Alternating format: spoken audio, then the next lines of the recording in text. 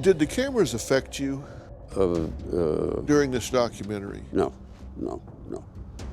In the beginning, of course, you're aware of it. It's not quite like a reality show, but they're so ubiquitous. They're constantly.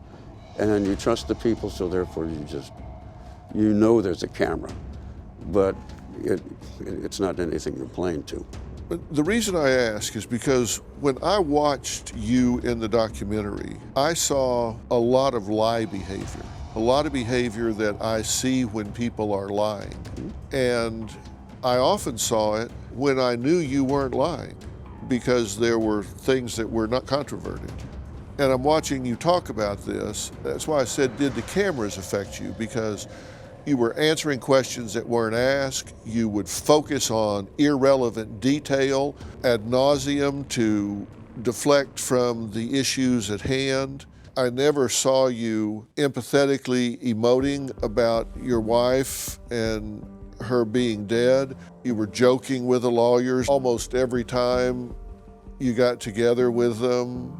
And I'm thinking, this is so inappropriate. And I'm thinking, this has got to be alienating the court of public opinion. Because I think people don't realize how far removed from the loss and how much of the grief process has taken place. And that's why I ask you if the cameras affected you. No, but one of the things I'm sure you more than anybody would be aware of, they were there for well over a year and a half. Hundreds, maybe 500 hours of film. And they cut that down to not even 12 hours, 11 hours.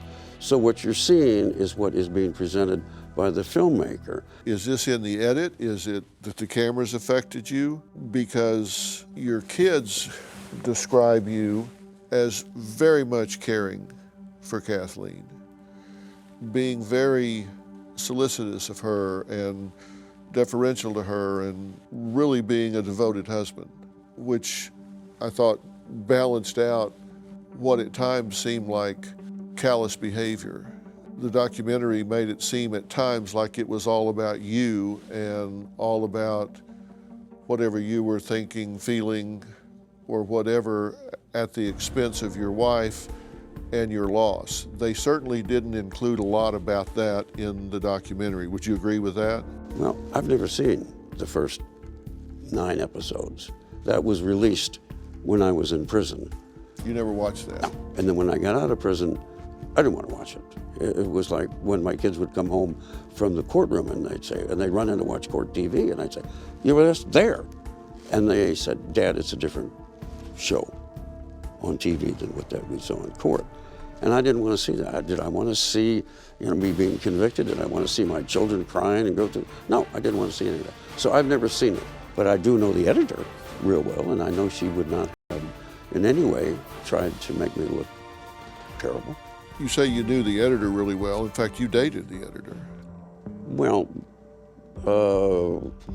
kind of hard to date anybody in prison, but she came to see me many, many, many, many, many times in prison, and then we lived together when I got out of prison for a while, yes. Let me ask you this. You agreed to this documentary. I've seen it. I watched it start to finish, all 13 episodes. Do you regret doing the documentary? I don't know if I would be out today unless it were for that documentary, because what they captured was the entire trial, and they captured the main guy who was the prosecution witness against me. And he lied. He perjured himself, and the experiment was just junk. Well, in the closing argument, the prosecutor really leaned on Devers very hard. Oh, absolutely. Because he himself said a lot of this case turned on Devers' testimony, and then his testimony was called into question because he lied not only in this case, but in many others. And so it was not a big leap then to say that the trial was biased and unfair.